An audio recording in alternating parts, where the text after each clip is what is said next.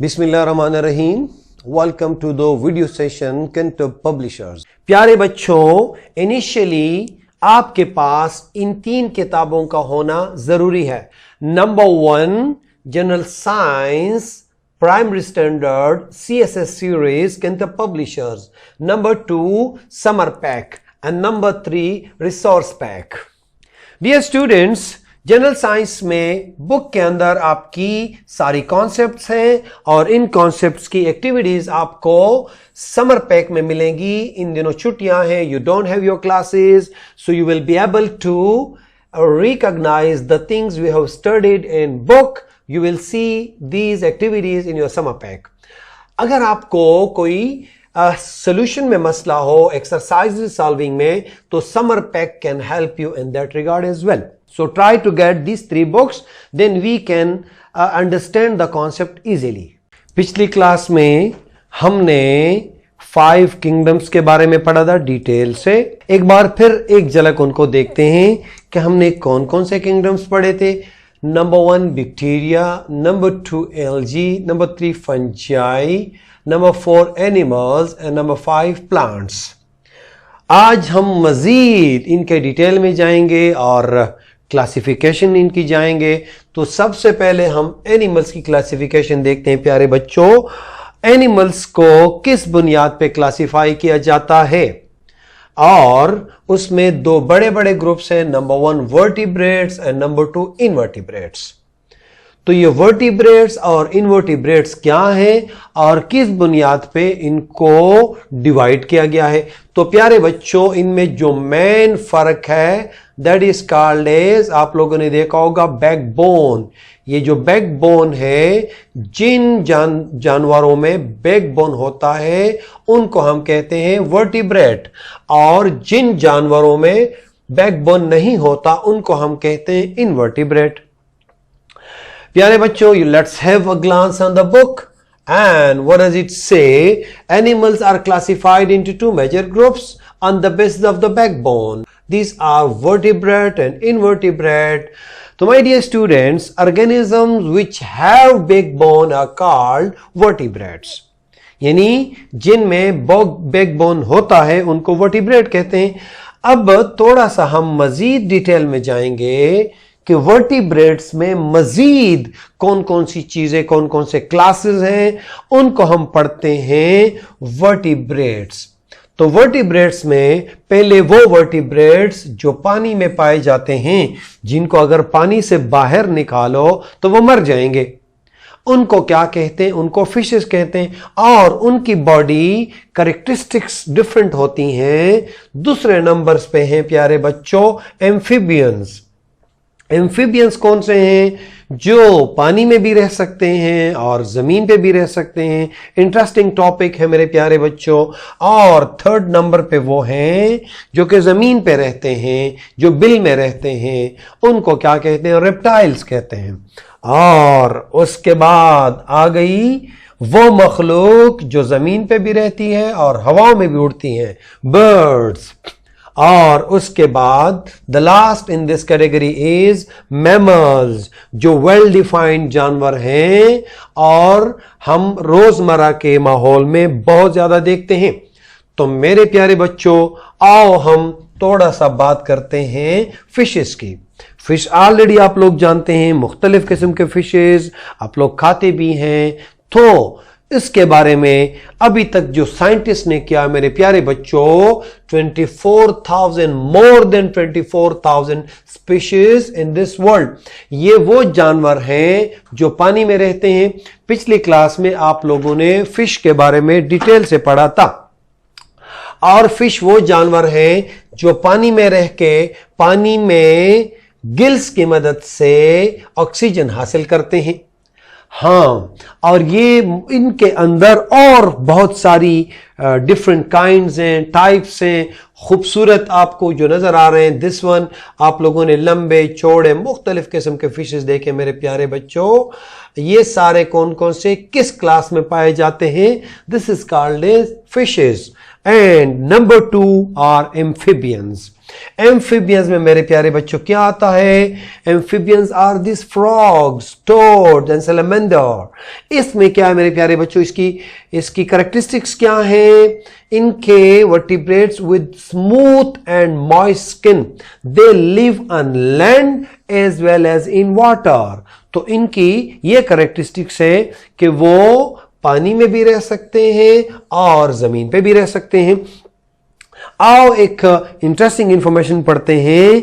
Amphibians are the world's most important environmental indicators because they are very sensitive to any small change in the environment as they are cold blooded in nature. यानी अगर थोड़ा सा भी जमीन के temperature में फर्क आता है तो ये क्या हो जाते हैं? ये अलर्ट हो जाते हैं। प्यारे बच्चों, आपको यहां बड़े पते की बात बताता हूं। आप लोगों को ये जो मेंढक है ये किस मौसम में ज्यादा नजर आते हैं? गर्मियों में।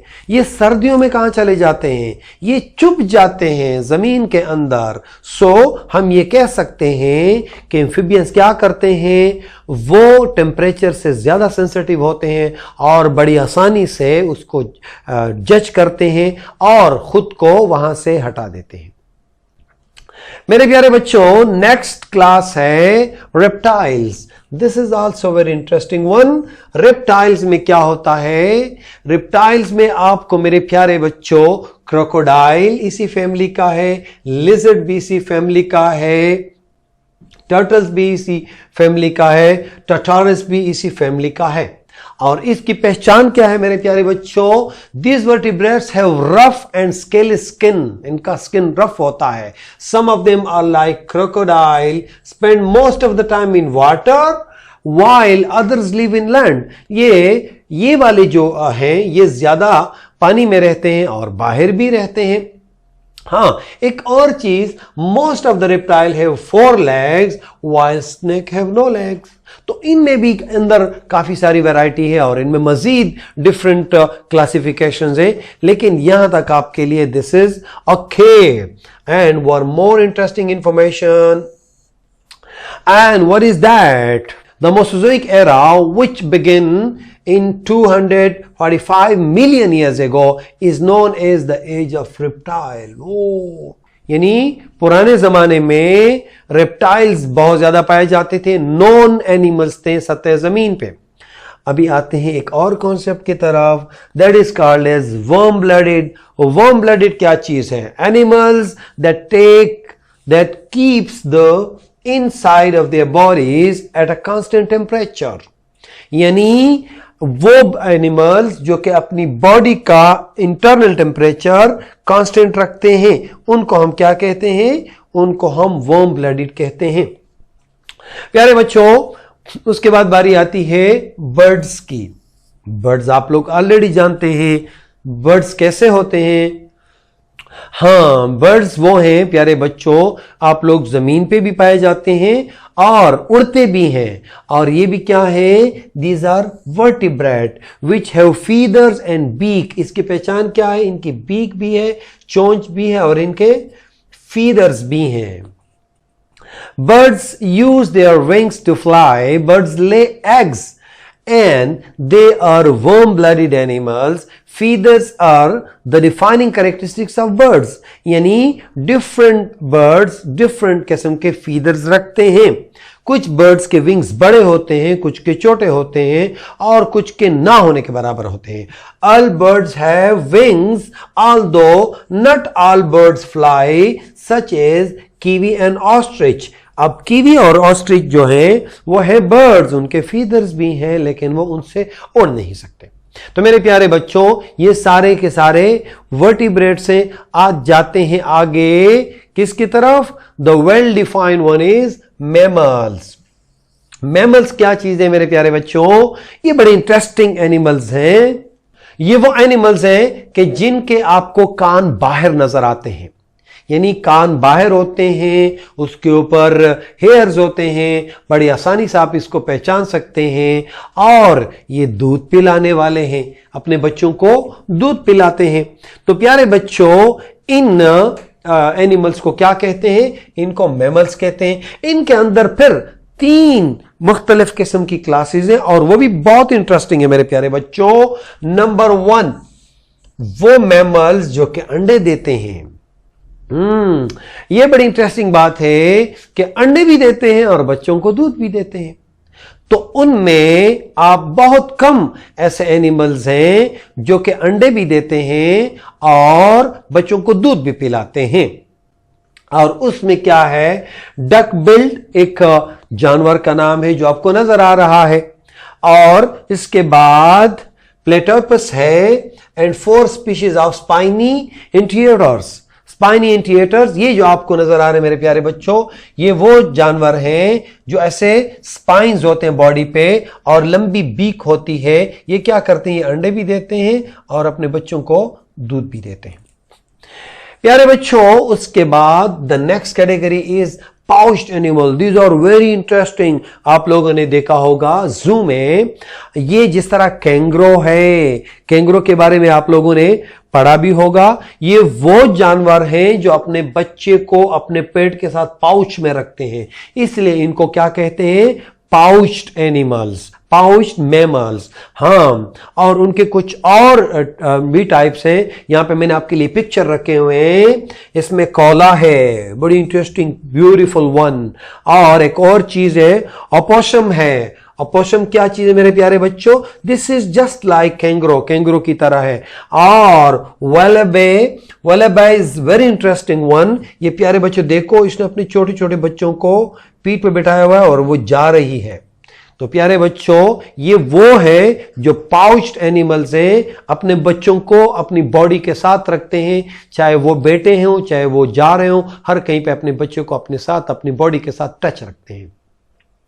और इसमें जो नेक्स्ट वन है, that is very much interesting, and that is placental. Placental animals क्या हैं, जिसमें आपको ह्यूमन बींग्स हैं, रेट्स हैं, काऊ हैं।